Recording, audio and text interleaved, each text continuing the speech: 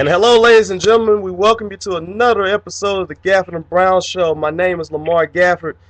And I'm Robert Brown. And we have another very good show today for you where we're going to be talking about the Major League Baseball, college basketball, and also the NBA. But let's jump right into the NBA right now. We had a couple of good games last night where we saw the Lakers beat the Timberwolves. The Bulls had a win over the 76ers. But also one of the games that wasn't on TV was the Clippers playing against the Pacers. And I think the Clippers won that game 99-93. Did you get a chance to see any of the action last night? Didn't get to see much of the action, but I've been following it, via the website and stats. I gotta say that I'm most impressed with the Lakers win. Even though Minnesota, doesn't have, a lot of their players, Kevin Love, they're kind of going downward instead of up. But it was a good Laker win. Well, any win for the Lakers right now is good because, they need as many wins as possible to catch up to, even get into the playoff race. So, with them being below 500, it's going to be a struggle. I'm also impressed with Kobe Bryant's game, especially from behind the arc.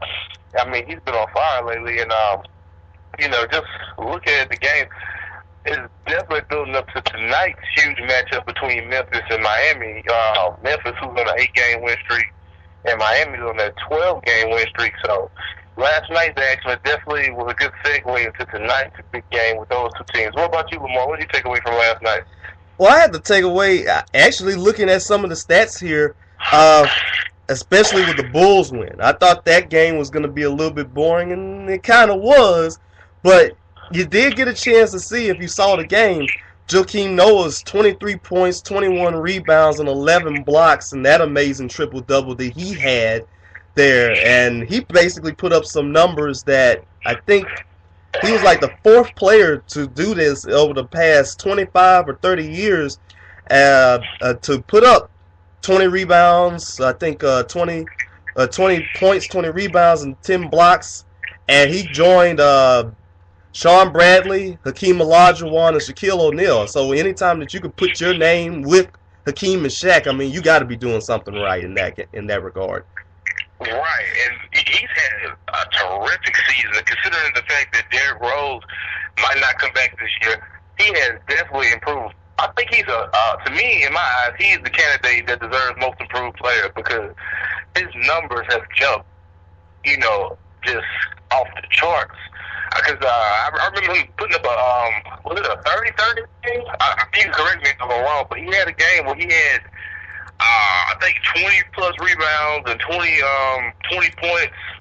I mean, the guy, he's been doing hard work this season. Definitely deserves some type of recognition for his accomplishments this year. And yes, definitely. And I'm so glad that they got a chance to put him in the All-Star game because of that. And we're looking at his stats right now. He has 11.9 points per game, 11.4 rebounds, and 2.2 blocks. And those are actually doing so much better than what he had for his career. And I'm looking at it right now, trying to see the stat here.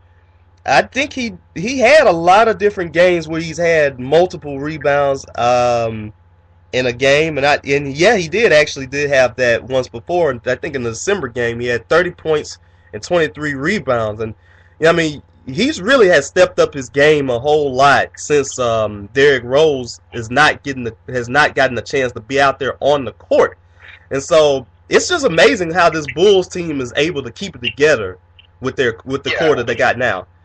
Yeah, great coaches. We have to realize that these guys are veterans now.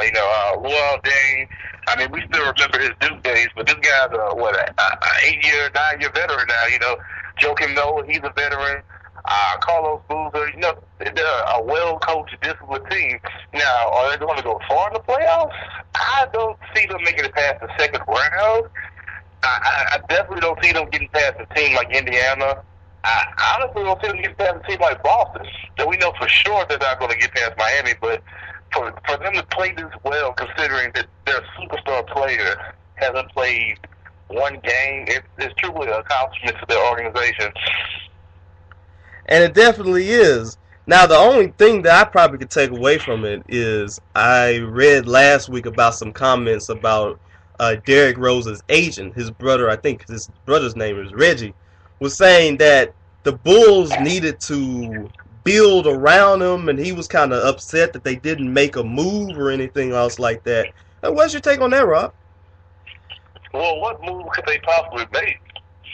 I mean, you got a team. Correct me. You might have to correct me with the playoff standing, but they're in the top 5 when it comes to seeding. I think they're 4-3, maybe. They're number 6 right now. Oh, they're number 6. Okay, so that gives you a solid. I mean, it gives you at least I'm not gonna say an easy first round because they're 6, but it gives them a favorable first round opponent, maybe, possibly. I mean, who knows? And what could you have gotten? You give up, well, dang, or Carlos Boozer, what are you going to get in return? I mean, you're not going to get anything really valuable right now. I just don't understand where his thought process is coming from. And, right now, their biggest concern is making the postseason and waiting on Derrick Rose. So I just don't, I don't know. I don't agree with him at all on that. What about you, Lamar? And I have to say the same thing. I mean, pretty much whenever Derrick Rose gets back, that's kind of like a transaction in its own right, because you get a player that's as dynamic as he is. And if he can just come back to, we hope that he can come back to like the MVP status that he had in 2010, 2011. But if he can come back and still perform like the Derrick Rose that we are accustomed to, I mean, that's going to greatly help out the Bulls in that regard as well. I mean, looking at it right now, they are number 6 in the standings, but they're also like 3 games behind Indiana for first place in the Central Division, and they're also 3 games behind that number 2 seed. So anything can really happen at this point in time. So I mean, why would you really want to make a move? Try to disrupt your success for right now.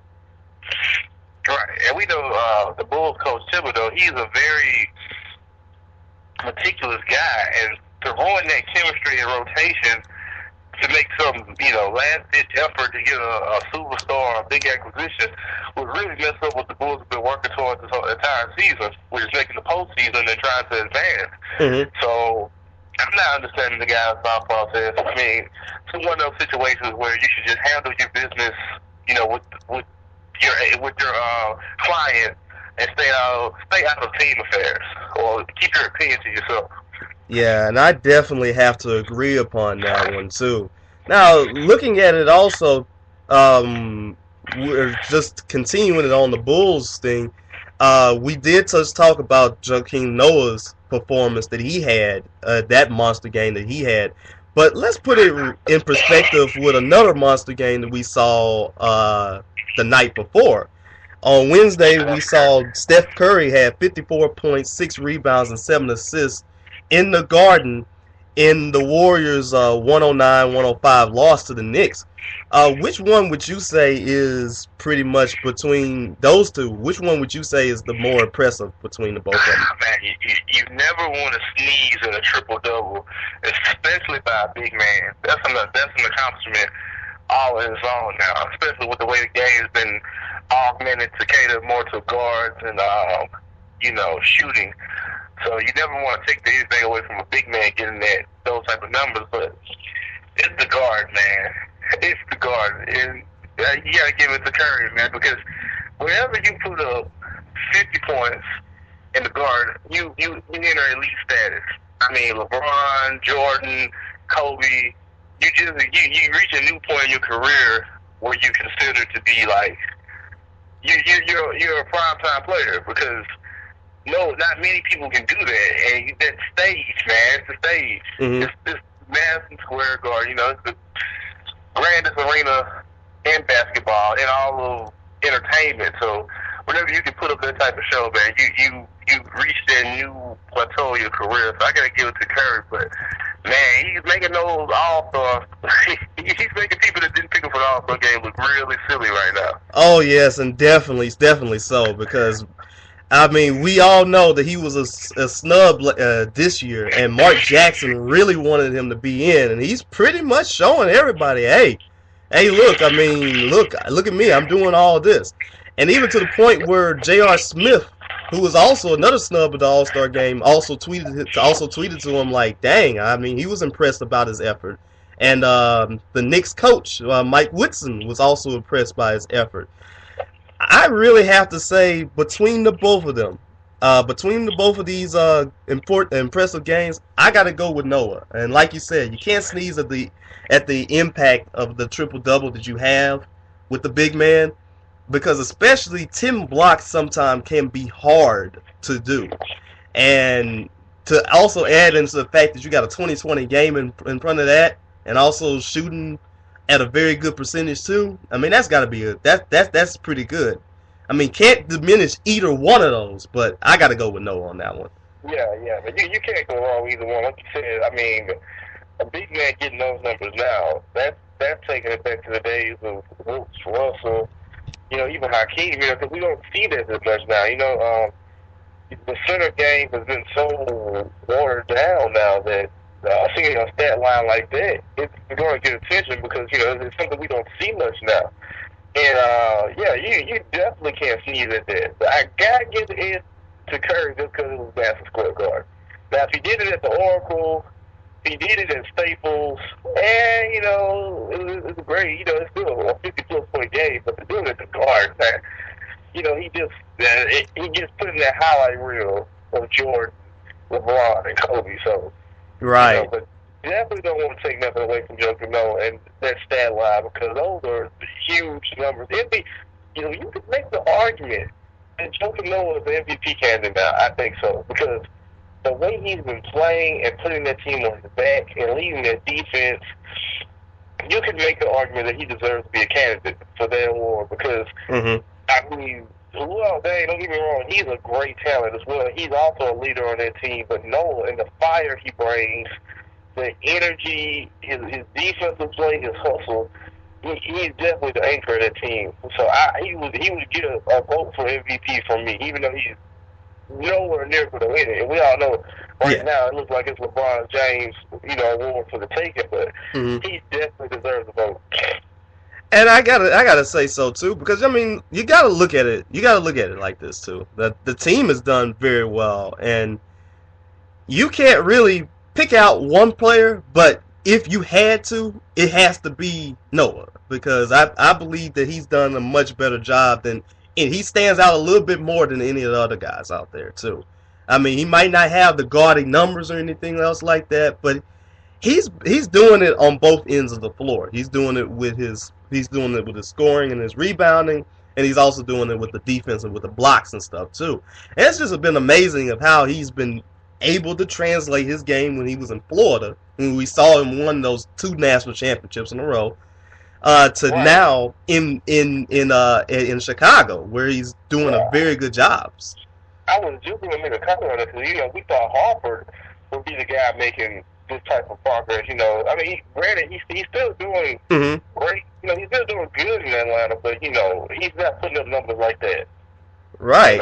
His consistency, he's done as much as Noah and I, but, he's made a heck of a transition from his college days to now, and, you really have to compliment his work ethic, because, you look at Noah, he's got that slender frame, he's not the fastest guy, he's not necessarily the strongest guy, but he has such an iron will to be good.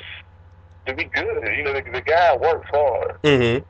You can't deny his work ethic. You can't deny his hustle nor his heart. So, I mean, hats off to Noah for those numbers and his continued success, and you got to give the guy some love for the MVP award. Exactly. Now we were also just talking about the Lakers and their win over the Timberwolves. The most important thing for the Lakers right now was they got a chance to actually make up some ground in that wild card race. Everybody else that's pretty much was in front of them or around them, they all lost on Wednesday. Utah lost, Houston lost, Portland lost, Dallas lost. And the Lakers were the only ones that seemed to get a win with their win on on Thursday. But right now, we look like we have the makings of a very good race for at least that 8th seed or at least that 7th seed right now. Because right now we got Utah and Houston having those 2 spots, but the Lakers, Portland, and Dallas are pretty much still right in the vicinity and creeping right now. Yeah, and this is the tricky part right now, because if I had to give right now, I say those 2 spots are probably going to be the same come the end of the season, because I think Utah has enough depth and enough consistency from the big man and Al Jefferson and Paul Millsap to keep them within that spot. I think Houston has the offense to keep them at their respective spots. Mm-hmm. Dallas is a little too late. They're getting help from all types of players. I mean, you got Vince Carter putting up 20-point games now off the bench, so that's not going to happen every night. Mm-hmm. You got Portland, great scrappy team. Very fun to watch, but they're young right now, and they don't have a bench. And the Lakers, a team we watched struggle all season, just too late. I think the Lakers are going to make they're going to make a solid push, and they're going to get the most press because they're the Lakers. But I just think it's a little too late. I just think you're asking too much from a Dwight Howard that's not known for necessarily having a mean streak and just a fire to just put a team on his back and carry them that far. Mm-hmm. I just don't see that happening. I don't see Kobe being, I don't see Kobe being Kobe. Kobe is going to he's going to give you his points. He's going to give you a high shooting percentage, but I just can't see him leading them to the playoffs right now at this stage of his career with all these obstacles in the way. I just can't see it happening. What's your take on this race, Lamar?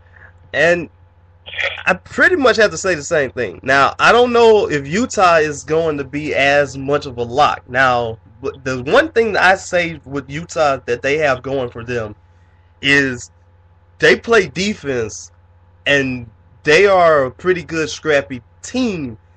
They do have a lot of forwards and everything, and you might would love to see them try to break some of the playing time up a little bit, try to give it to the different players and stuff. Utah's not that bad. I mean, they're very good at home. They're not good on the road. They're kind of iffy to me sometimes when it gets to like the scoring part. I mean, I don't know how would they be able to do in the playoffs, but I think they're still going to be able to be around.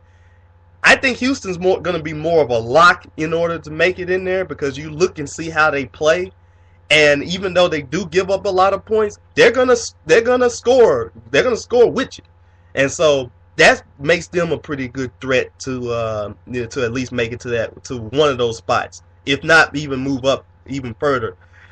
The thing is gonna be iffy about these last three spots. If Dallas can gel together, they might can make it, but looking at the last 2 games that they had against the Bucks and then also against the Grizzlies, where they led by 25 but yet lost, it's kind of been the same thing with this team all season, inconsistency, and you kind of don't know. And looking at the road record right now, it's not that good either.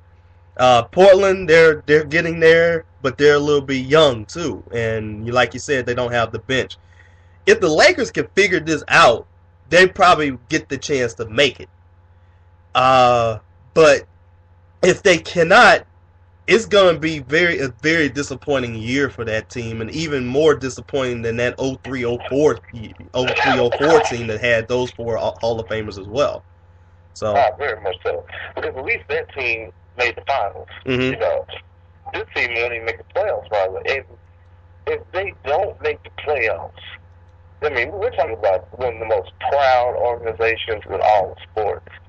You just had one of the most high-profile owners pass away. Mm-hmm. So you got to do something, and that's why I'm thinking that maybe I'm probably have to. I mean, I'm going back on my word a little bit. Mm-hmm. Maybe they make the playoffs just off that alone.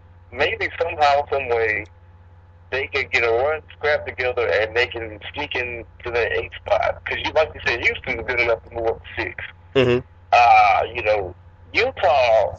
I like the big man. I like Millsap. I like Jefferson, but you never know. I mean, they're solid at home, but the road record is. So maybe the Lakers have enough in it, but it all depends on Dwight Howard's injuries as well. I mean, this is a guy who still says he's not 100% from the back surgery. Still has the nagging shoulder injury. We can go on about his free throw percentages. This is a lot of obstacles in their way right now. Mm-hmm. So I don't know. I mean, you want to add the fact that Buss has passed away. That's more fire. And they shouldn't need more motivation than that. I mean, the fact that they're put together and these expectations are put upon them, and they're the Lakers. Right. People expect the Lakers to do well, and to not make the playoffs, that's unacceptable.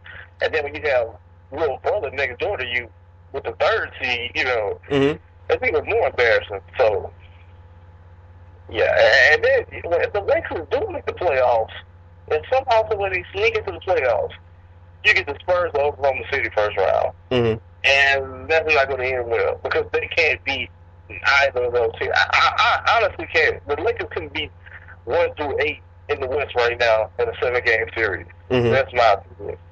So even if they do somehow make the playoffs, it's going to be a short run. Yeah, and sadly it will be, and by the looks of it here, it's pretty much gonna go as one of the most disappointments, because even if they do make it, like you said, even if they do make it to the playoffs, you say they don't do too well in the first round. I mean, if they don't give them even a very good 7-game series, we're gonna be talking about this team, how they disappointed for probably maybe for years to come, because they get the Spurs to Oklahoma first round. Mm-hmm. It's a clean sweep. No doubt about it. In my mind, it's a sweep because the Spurs. I mean, not only the Pop own Mike D'Antoni. I mean, he owns him. I mean, from the days when D'Antoni was in Phoenix and Pop, those series, they just couldn't get over the hump. They could never really put the Spurs away when it mattered. Mm-hmm. And, it just, Pop owns Mike D'Antoni. Simple. And he owns Nash as well. Nash can't hold Tony Parker. You got Tim Duncan, who's having one of the best seasons of his career. The Spurs have younger talent now. They have fresher legs. They have depth at bench. The Juan Bless, he doesn't need to get minutes. And this is a guy that can average a double-double if he got time on another team. In Oklahoma City, we've seen them run the Lakers out the jump. Right. So that's not even a question, So even if the Lakers do make the playoffs, it's still going to be embarrassing because they're going to get swept, and it's going to be in an embarrassing fashion. Now, I mean, it's almost a catch-22. They get in, that's great. The playoff run continues. It's one for the record books, but to get swept first round, I mean, we haven't seen that since the 90s. Since the Kobe. We're not even doing when Kobe solo era, because I know he went a couple playoff games, but it's going to be embarrassing either way. Yeah, and because, like you said, you may never know, but I got a good feeling that this is going to go as more of an embarrassment for the Lakers rather than triumph for the Lakers. And Nick Van Exel ain't walking through that door. Nah. Eddie Jones ain't walking through that door. AC Green is not walking through that door. It's that bad right now. Yeah, pretty much, man. Pretty much. Devin George either. But now looking forward to the next few games and this weekend, we got a great slate. We got some great games tonight. We got the Heat playing against the Grizzlies tonight on ESPN, and then also ESPN has another good game with OKC and the Nuggets. And looking at some of the other games here throughout the weekend, I think they're going to have, nothing on Saturday, probably other than Nets Bulls. But Sunday you got yourself some very good games with the Heat and the Knicks and the Thunder and the Clippers. And also the Bulls and the Pacers. So we got ourselves some very nice games for everybody to get a chance to see, and maybe they might eat because we're now getting to that point where teams are starting to set themselves out, trying to make themselves get themselves in the mold and everything for the playoff race. Right. Yeah. And yeah, like you said, we're definitely in that point where every game has a meaning now, and that Memphis and Miami game, we talk about the battle of the win streaks. I'm anxious to see how that goes because we got this Memphis team who, traded away their highest scorer, and they're still winning games. And like you mentioned that Dallas win earlier, a huge win for them to come back for 25 points and still a game. So they're going against Miami right now, who has one of the most high-powered offenses in the league. And Dwayne Wade and LeBron, they seem invincible right now.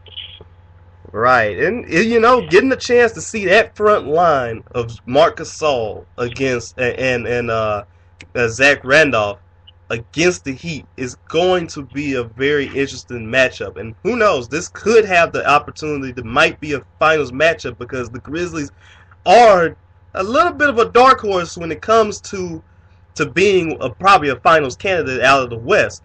And so we're going to get a chance to see what Miami is made out of against a team that can grind it out just like that. Yeah, I'm glad you brought that up because this is a Memphis team that, the year before last had a huge chance of getting to the finals because they beat the San Antonio Spurs that year as an 8 seed, and then they went on to a 7-game series, I believe, against the Mavs that year, am I right? The Thunder. The Thunder, yeah. It was a 7-game series against the Thunder, so definitely a team that's not to be underrated because even last year, they had a chance to put the Clippers away, but you never want to count out Chris Paul their team.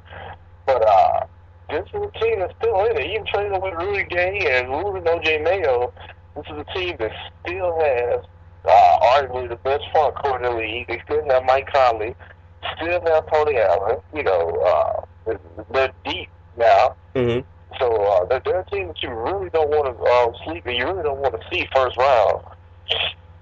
And they are one of those teams, and trust me, they scare me right now. I mean, looking at their defense, they really scare me, and I think they're going to be a nightmare for any team to have to play against. I mean, they got one of the best defenses in the league, 87.9 points a game. That's tops. And they might not score a lot, but their defense is amazing. So, yeah, most definitely. So we're going to go ahead, take ourselves a 30-second break. And when we come back, we'll get a chance to talk about the Major League Baseball. I'm very sure we talked about this last show that Rob had some words about the Josh Hamilton situation. We are really going to talk about that in about 30 seconds. This is the Gafford and Brown Show.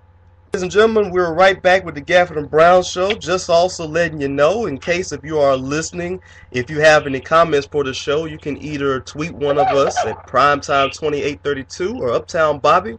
And if you want to make a comment on the show, you can make a comment on the bottom right box.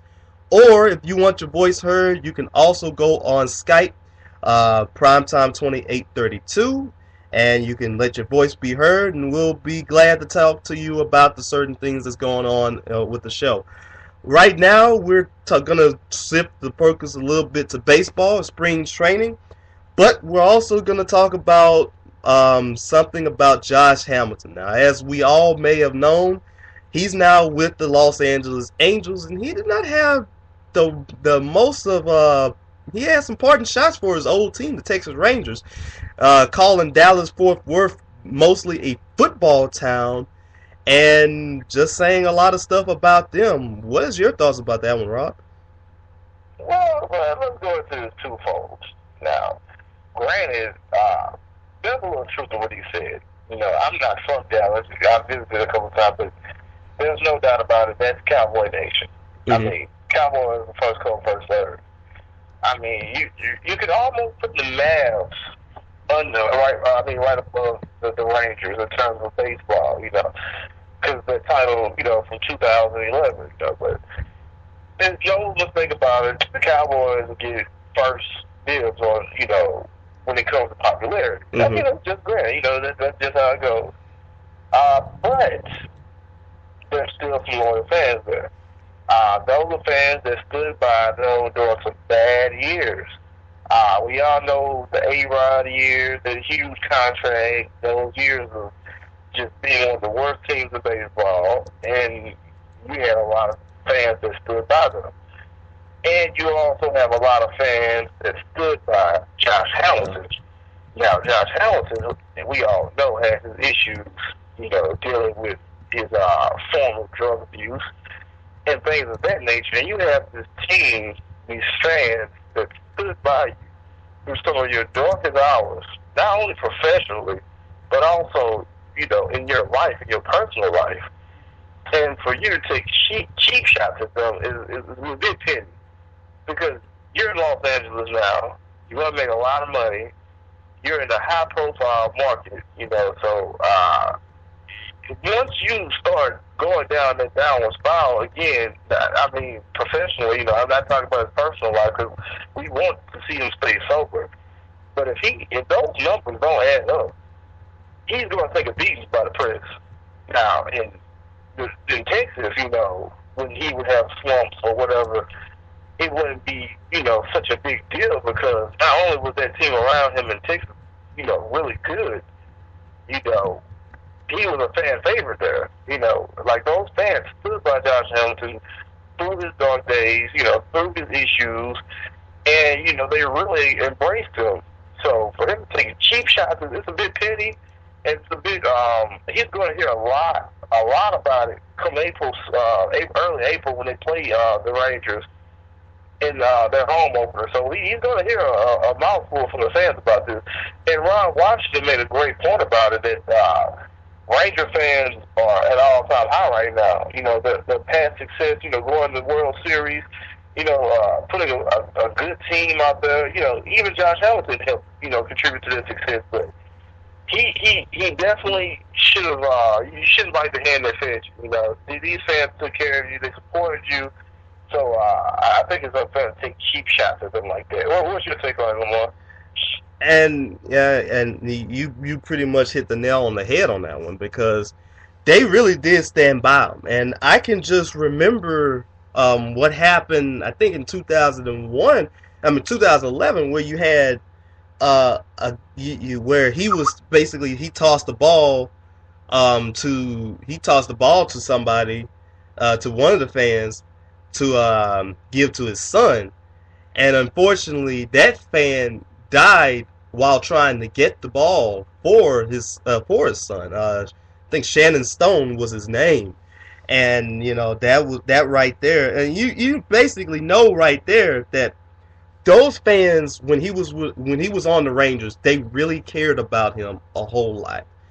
And who knows, it might have had something to do with the organization. I mean, he didn't seem to be committal before he got ready to before he got ready to make his decision to the Angels and all that different stuff. And they were saying, well, maybe he should have stopped using tobacco and all that different type of stuff. But I mean, all in all, as a whole, the Ranger fans really cared about Josh Hamilton, and that right there basically made him the player that he was. We all remember the shades of him having that home run derby in Yankee Stadium, where he hit, I think, 28 home runs in the first round, and basically was just launching those balls out of the ballpark. And so we're marveled about how this guy could do, and they really kept him in line. I mean, sometimes also hiring an extra hand, just to make sure that he wouldn't slip away to the demons that he had before. And so I wish he didn't make those comments, to be honest with you, because I mean, they really did help him out a whole lot in that regard. Right. And, you just never want to see the fans get attacked that don't deserve it, because, I can see if this was, maybe Philadelphia, who has, the Eagle fans who have one of the most vocal fan bases in all of sports.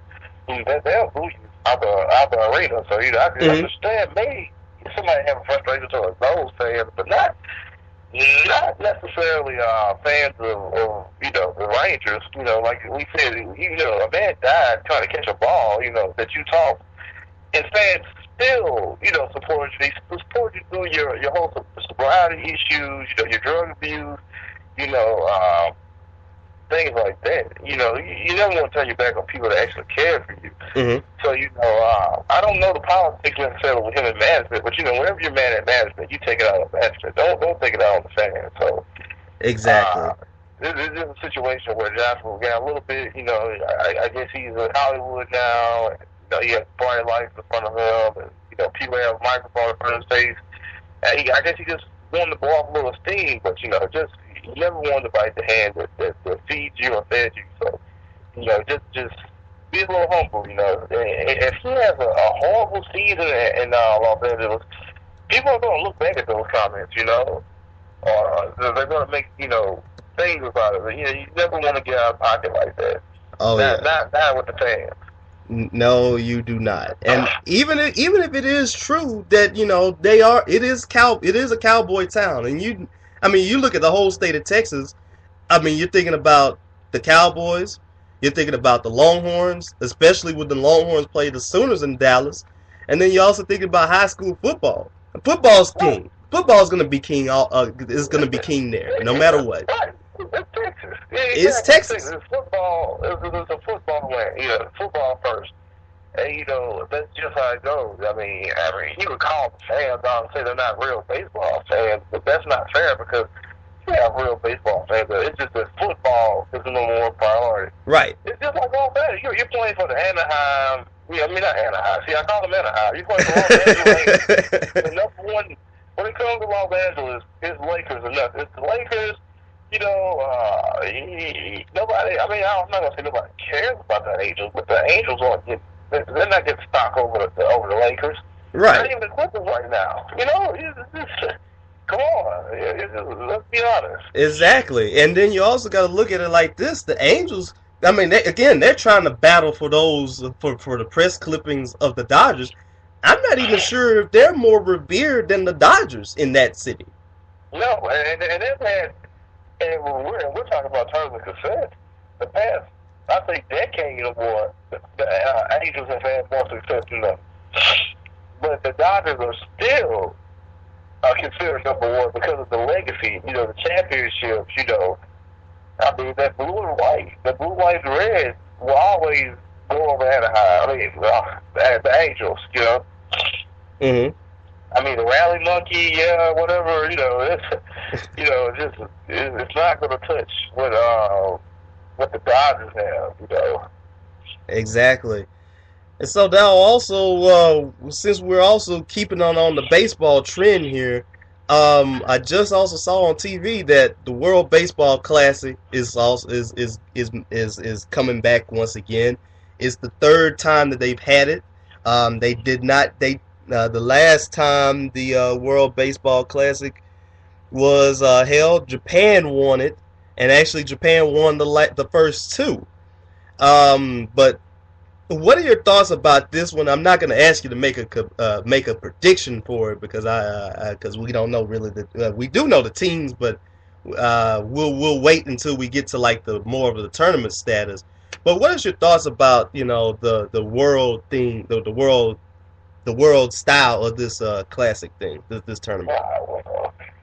We spent a lot of time talking about the globalization of basketball. The globalization of baseball is something that's a little bit more, attention grabbing to me because America's not really even close now when it comes to baseball dominance. Just look at the MLB sometimes, the overall influence of the Dominican Republic or, Japan, like you said, China, Mexico,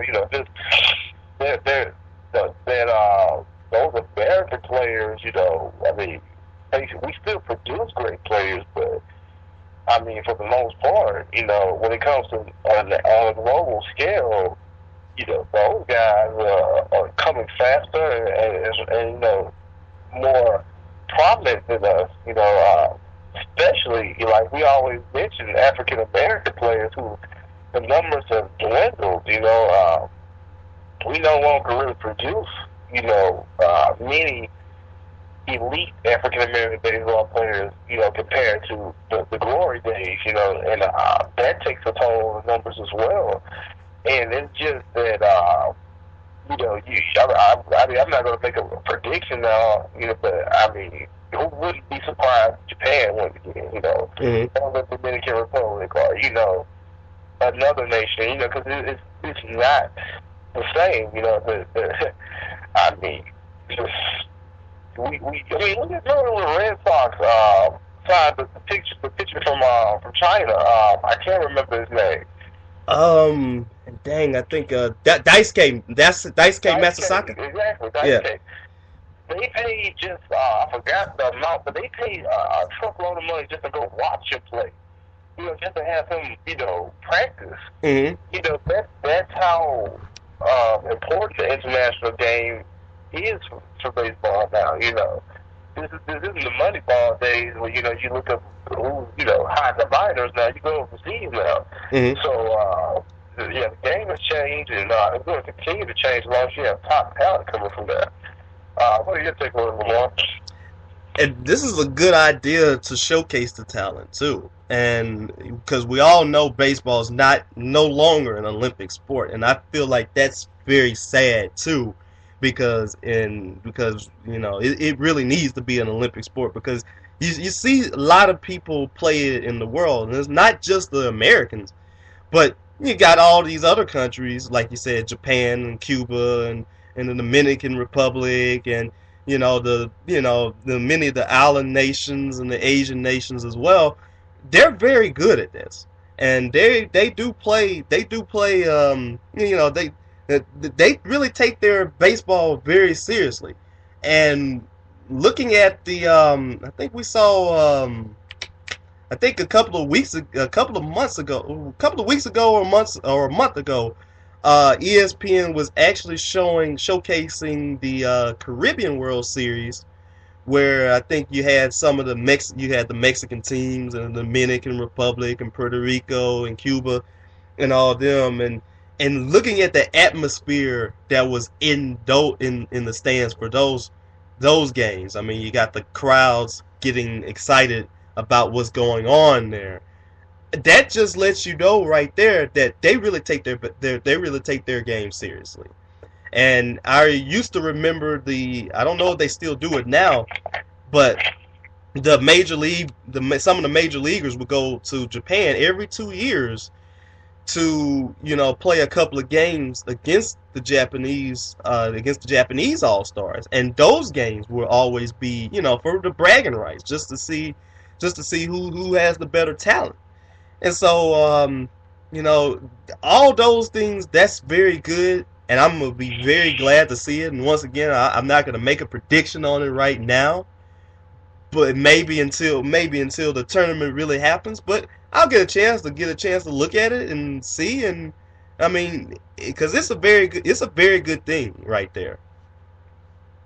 Right, and you know, it's always fun to watch. I mean, but we got to be honest though. I mean, when it comes to baseball tournaments, you know, other than, you know, outside the MLB playoffs, I think the Little League World Series owns everything, because I mean, the way we get hooked on it, man, it's just fun. It's fun to watch. You know, I don't know if it's the aspect of children or, you know, the different nations, but the Little League World Series is always more fun to watch me than the WBC or, you know, anything like that. Oh yeah, agreed on that one, because you got these kids, they're playing for the love of the game. The emotions are always out. I mean, the politics is not there. I mean, it's not like we're gonna be mad at you if the U.S. if the U.S. wins or doesn't win, or if Japan wins or doesn't win, or anything else like that. These kids are basically playing for the love of the game, and they're also trying to go out there and just do well. And you gotta admire that too. And I always watch the Little League World Series too, and it kind of brings me back to my childhood. So there you go. But yes, we are going to take another 30-second break, and we'll be right back with the Gafford and Brown Show. We're going to talk a little bit about the college basketball season. Who wants to be number one right now, where everybody is seeming like they're losing? So we're going to talk a little bit about that. This is the Gafford and Brown Show. We will be right back. Yeah, Back. we're big fans. We're back with the Gafford and Brown Show, and like we said, once again, you can comment on, drop a comment on us on the lower right bottom of the page. You can also talk to us on Twitter or Skype, as we had already said before too. But right now, we're going to shift the focus to college basketball, and right now it's like, who really wants to be the top team right now? I mean, everybody is losing. Ohio State. Not Ohio State, but Indiana, to say the least. They were the number one team coming into this week, and they lost to Minnesota. Then you also have Duke with their loss to Virginia, and then the most surprising one was Michigan losing to a winless Penn State team in the Big Ten, Penn State team, and they lost to them after being up by 15 points. In the case right now, who wants to be one of the top teams? And really, it's going to make this tournament very unpredictable, wouldn't you say, Rob? Oh, yeah. I guess Michigan isn't on like they thought they were. I mean, losing to Penn State like that. I don't know if the Big Ten is that good, or maybe these two, maybe Indiana and Michigan are just overrated. I mean, because it's getting ridiculous sometimes. I mean, with the losses that they do, but you look at it right now, man, it's just tough. I guess, it seems like the conferences are better than we thought, especially with the ACC this year. Granted, you don't have North Carolina playing as well as we do, because they're usually one of the elite teams along with Duke. But you got Miami making the surprise run. You got a solid North Carolina State team. And it's getting pretty competitive, which makes it's going to make the ACC tournament more exciting to watch. And you also have, Indiana and Michigan going back and forth, and it seems like maybe the conferences are better than what we thought, or maybe these teams are just.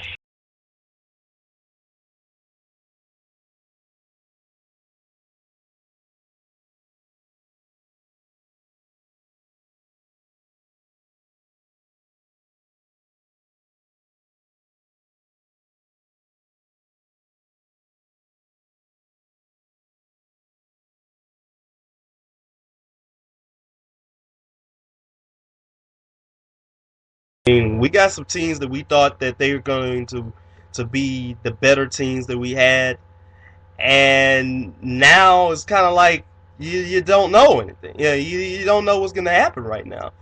The only thing I can think of right now is the number one team could be it could be Gonzaga, like for real, and they might get the chance to be a number one team.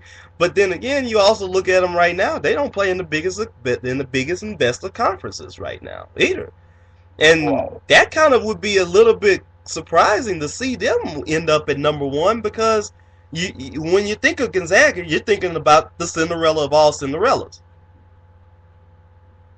Right, yeah, and I mean, you never know. They could happen. This season has been very crazy, and like I said, the tournaments are really going to show us a lot, because those number one spots, those number one teams are going to go, first grab for most of the people that win the tournament. With a lot of these rivalries going into those tournaments as well, it's going to be pretty interesting to watch. Now, we all got a bubble busters and bracket busters, but right now, what 4 teams do you see being the number one seed come bracket time? I know it's a little early, but looking at it right now, I will probably say Gonzaga deserves it. I think Gonzaga deserves it. I think they're one of the top. They're going to get that one. They're going to get one of those seeds. Indiana, for the most part of how they've been doing this season, they've been number one for most of the season, and they've been around in the top 5 too. So they're going to get the second number 1 seed.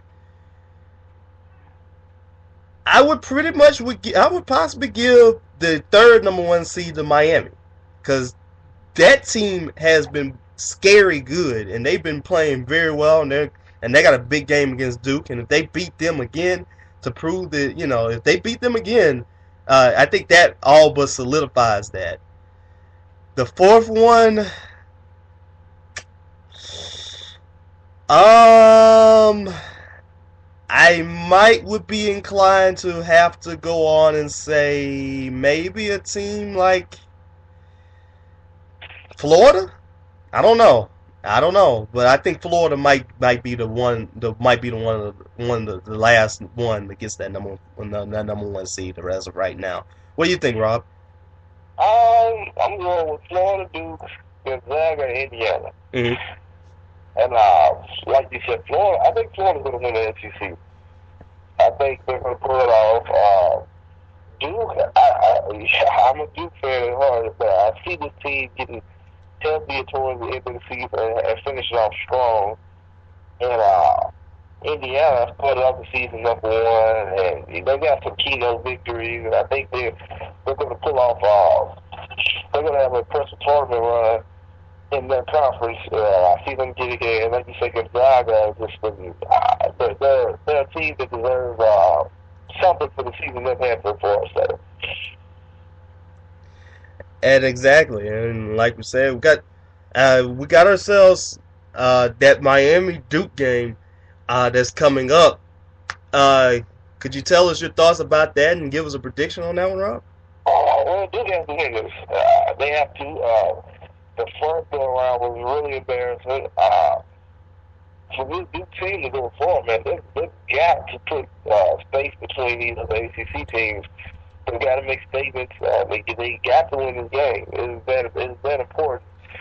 I mean, usually the biggest game of the year, Tobacco Road against North Carolina, but this year, I mean, that's not the case necessarily because, 1, Miami's already beaten us, and 2, Miami looks to be top dog right now in our conference. So, Duke has to do something about that this year.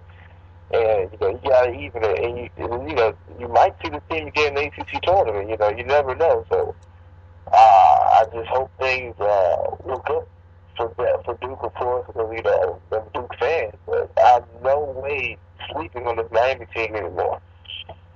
Yeah, and the same here, too, because I mean, my sentiments pretty much go out to you on this one. I mean, wow, a Duke fan, North Carolina fan agreeing with a Duke fan. I guess that might be a first one here. But looking at it right here, Miami did the same thing to us, and they basically swept North Carolina this season, and they also beat them by 26 in February the 9th. And like we said, you look at this team. This team is pretty good, and right now, this is probably going to be the biggest one for Duke.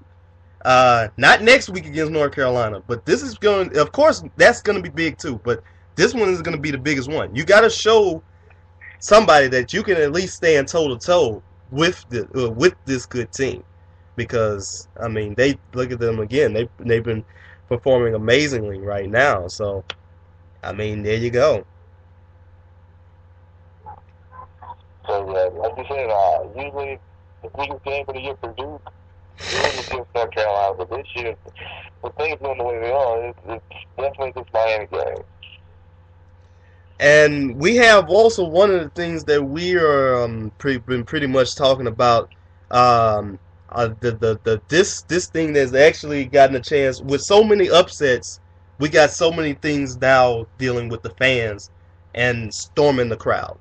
And we had a situation where, unfortunately, last night in the Duke-Virginia game, where it was said that Duke had that Coach K had traded F-bombs with one of the Virginia fans, and he was concerned about his players' safety about getting out there on the court.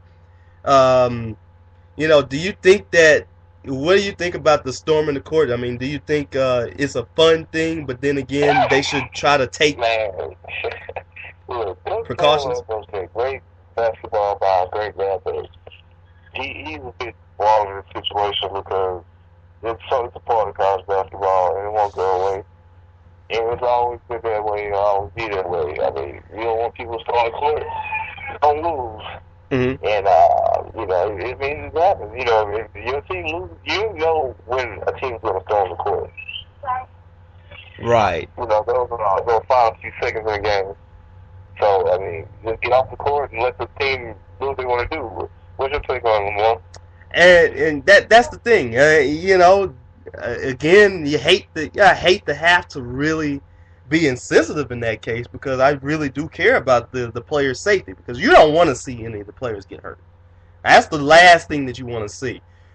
But when you win a game against a team like a Duke, like a Carolina, like a Kentucky, UCLA, when they were, the Blue Bloods, Kansas, all of them, or even a team that's in the top 5 right now, or even a ranked team, and if they come to your home, and you getting the chance to see, and you don't get a chance to rush the court, I mean, absolutely, that's one of the things.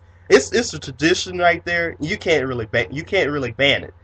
Can you make it safer? Yeah, but you can't ban it, and I don't want to see that go away in that regard because I mean because this is what the fans really they deserve this because their team might not be good and their team might have only a very few chances to celebrate and a win this season, but yet you beat a team like that, it's amazing. It's just amazing. The rush is amazing and all. So, and that's the same thing for rushing the field in college football. It's amazing. So, I wouldn't take that away. I would make it safer, but I wouldn't take it away. Yeah, but how do you make it safer? That's the thing I gotta ask too. That's going to be the tough part, and I can remember from a game, I think North Carolina against Florida State last season, when Coach Roy Williams understood, kind of had a feeling that he knew that his North Carolina Tar Heels weren't going to win, that he got the players, the whole bench, he allowed them to go into the locker room early so they wouldn't have to worry about, so they wouldn't have to worry about the fans or anybody getting hurt. The only players that were out there were the 5 players that probably were some bench warmers and stuff like that, and they got them out of the court as in a quickly manner.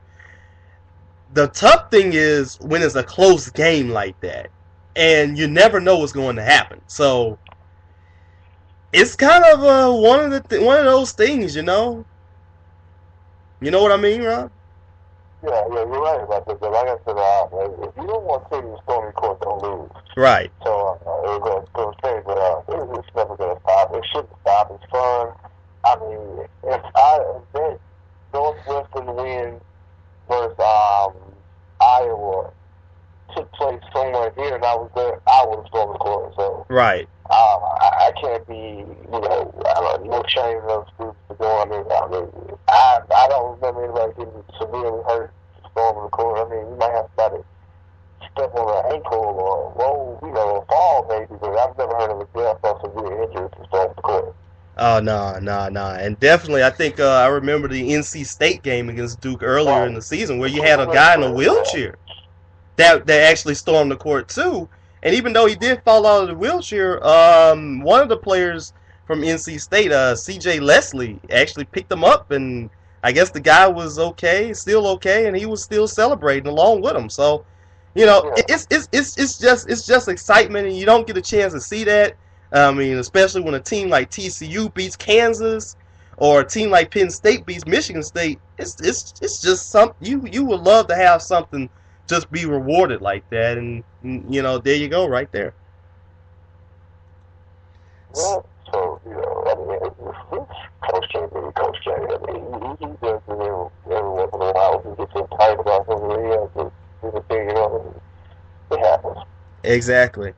So we're gonna go ahead, go on to our pretty much our last segment of our show after this commercial break. We're pretty much gonna wrap it out. Look for some news out here that's happening right there, and we're gonna share our thoughts about it. This is the Gafford and Brown Show, and we'll be right back. All right, ladies and gentlemen, we're right back for our last segment of the show, and we're pretty much gonna basically, clean things up and wrap it up a little bit right here. First of all, a few news for us to talk about. The Atlanta Falcons, they made some big moves right here. They got rid of Michael Turner, John Abraham, and they also reportedly released Dante Robinson. Your thoughts about that one? Yeah, I don't got to go to New England, man. That would be scary. But Michael Turner, but he's going to land on his feet. Hopefully he doesn't go to Green Bay, because if he does that might regret that. Yeah, that is very true, because I mean, right now we're looking at it right now. It's kind of expendable, and I know Michael Turner is not the Michael Turner of old, but he still is a pretty decent running back whenever he can be. Also looking at it, looking at another thing here, Andrew Bynum. It looks like he can't get healthy and get back on the court at any time. He seems like he has another setback. I think I heard somewhere that he had his knees are being degenerate knees right now. It's kind of a bad thing for Philly right now, because they gave up so much to get this guy. It's bad, but it makes the Lakers look like geniuses. Yeah, that is true. But my question for you on this one too is, what type of contract do you think he's going to get in the off season? You get almost an NBDL player deal. I mean, you go day to day, or you go a year at this. I mean, it's unfortunate considering that he's going to be 26 this year. He still has a lot of career left, but that's how it goes. I mean, hopefully he can make a comeback. Him and Greg Oden. So. Oh yeah. Definitely too, and it just seems like the only thing that's been exciting about Andrew Bynum so far is just his hairstyle. So that's about it. And also looking at it too, the Miami Heat, they are the latest to get in this Harlem Shake craze right now with their rendition of it. Man, what do you think about this? I still haven't seen it. Oh man, we got to talk about this in the next show then, because this was really funny, and I'm pretty much gonna save the comments for that. And looking at it right here, Carl Crawford shut down a little bit for the Los Angeles Dodgers, but I think he's pretty much gonna be shut down for the spring training, just as precaution and everything. Like we said, and also the Chicago Blackhawks, they have not been beaten now in 20 games in regulation. That's an amazing statistic right there for hockey. So it's whenever you can do that. And also another important thing too, it looks like the NBA is still trying to stay in Sacramento. Kevin Johnson still wants that team to stay there, and he said that the NBA has received a bid from their Sacramento group. Who do you think really deserves the team a little bit more? Because I hate to see teams have to leave anywhere. Sacramento or Seattle? Seattle, definitely, man. I mean, there's too much history in Seattle, man. From Lenny Wilkins all the way to Gary Payton and Sean Kemp to Durant. Seattle. Yeah, I gotta say Seattle too. Even though Sacramento has had some very good days, and especially with those '99 to 2001 Kings that had Chris Webber and Turkoglu and Christie and Bibby and Peja Stojakovic. But It's definitely has to be. It definitely has to be Seattle. Everybody misses Seattle as a NBA town, and you kind of we hated it to see the Sonics go. Yeah, And before Chris Webber and those were a lot of fans Sacramento teams. yeah, and the Kings have always been kind of a nomadic team anyway. I mean, they started off in Rochester, New York, I think. Then went to Cincinnati, then went to Kansas City, then split time in Kansas City and Omaha, then went to Sacramento. So they have not been in one place at one time, and it's unfortunate to say that Sacramento might lose his team, but I really want to see the NBA go back to Sacramento. Now maybe we can get another team, maybe we can get 30 teams and 32 teams in the NBA, but then again that kind of would drain the talent out a little bit too. So Vegas, man. Gotta get a team in Vegas. oh yeah, definitely got to get a team in Vegas. Looking at that All-Star game from 2007, I think that Vegas All-Star game that showed you a lot that they really cared about their basketball there. So, is there any other news that you have in mind for us, Rob? I think Northwestern has a very big game tomorrow against SFA. That's pretty much going to decide the Southwood Conference, and pretty much going to possibly get Northwestern another appearance into the NCAA tournament. So. And definitely, and I really hope that that's going to be a very good game, and I'm really giving some great luck to the Demons on that one, because as many Louisiana teams that we can get into the big dance, I think the more and the merrier that we will be. So, we gotta have that, and especially with the way the Tech has been playing, and they're number 25 in the nation. I mean, the more the merrier, man. So. We're basically gonna call it a wrap until Monday, and we're actually gonna get a chance to do the show together on Monday at the same place at the same time, finally. So that's always gonna be even more exciting for that one. Right, which hasn't happened since the first show. I think that's the case. Yeah, the first show. So I think that's going to be a very good one. That, of course, we're going to try to get a special guest. But if not, hey, again, for you fans, just continue to give us your comments. We really cannot. We won't be any. We are not anywhere without you guys too. We really appreciate y'all. So there you go. So until next Monday, I think at noon. This is Lamar Gafford. It's Robert Brown. And once again, thanking you very much for tuning into our show. And until next time, God bless, and thank you very much for listening to us.